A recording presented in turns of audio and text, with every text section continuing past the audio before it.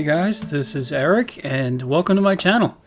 This is my first inaugural sound recording, so I'm gonna fumble and trip and whatever, but I'll do my best to get through it. So here we have something completely, usually I don't go about doing this. I don't really know what I'm doing. I'm kind of like fumbling around, and like I have basic concepts. I've watched so many YouTube videos on painting, and I follow this guy, Xia Taptara, and I followed him for years and years, and he's super talented. He's on YouTube. You should definitely look him up. I'll leave a link in the description. And I definitely tried to pick up some of his techniques because he makes it look so simple. He does these gray washes first, and then he does color overlays and whatever. So we're gonna get through all of that and everything later. But for now, you'll see I'm just starting to block in basic shapes in the overall composition. Again, I'm using like this big soft brush. It's like the default soft brush. I didn't do anything to the settings of it. First, I'm like cart before the horse. I'm using Photoshop CC 2018. It's no different from any other Photoshop, to be honest. They do have little intricacies, but I'm not going to get into that right now. So you'll see I start futzing with the happy little fluffy grays in the background there, trying to make these tree, the tree silhouette. And I try to go back and forth. It's funny because, traditionally, or at least what I perceive as traditionally, whoops, I think I screwed up there. Anyway,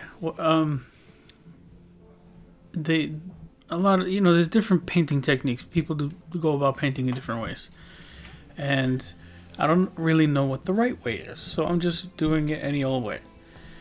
So some techniques show you that you go from dark to light, some go from light to dark, some start in the middle, and then there's like a light layer and a dark layer, or whatever. What I try to do is start with the darks and build the light forward, and then I realize that my values aren't deep enough, so I end up putting the darks back in. But that's essentially what I'm trying to do now in establishing like the horizon line and the little mistiness in the background there. And I feel like these studies are very helpful. Like I think I need to do more of them. I spend so much time doing vector art and or figural fan art stuff that doing landscapes has never really been like my draw. Like, oh yeah, I really want to do landscapes. So you'll notice that in my artwork you won't see a whole lot of it. So I figure, I need to learn how to fiddle whittle with light and how different objects and different textures react to it.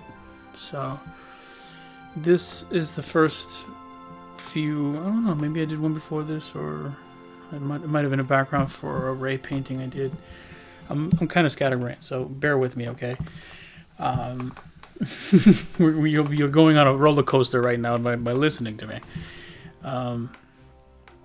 But the object is to try to understand textures and lighting, and so this is my tryout. Like, please forgive me. I'm by no means a master of anything. I'm just trying to work my way through it, and if it helps you guys to see what I'm doing, then fantastic.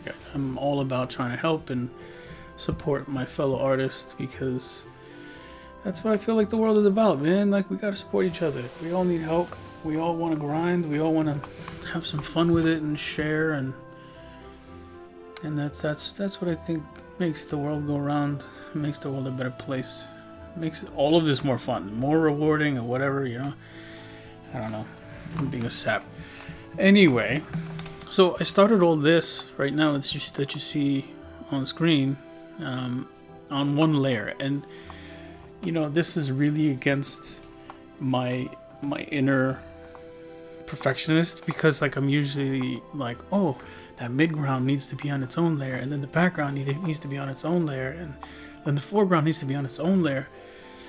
And only recently when I started like playing around with these paintings did I really start feeling like, all right, let me stop being so strict and just naturally see what takes me where, and then I'll create another layer just when I feel like, all right, I don't want to mess up what I just did. If I have to like add some more brightness to it, so then I'll create another layer, and it's not methodical. It's kind of like I'm just going by feel,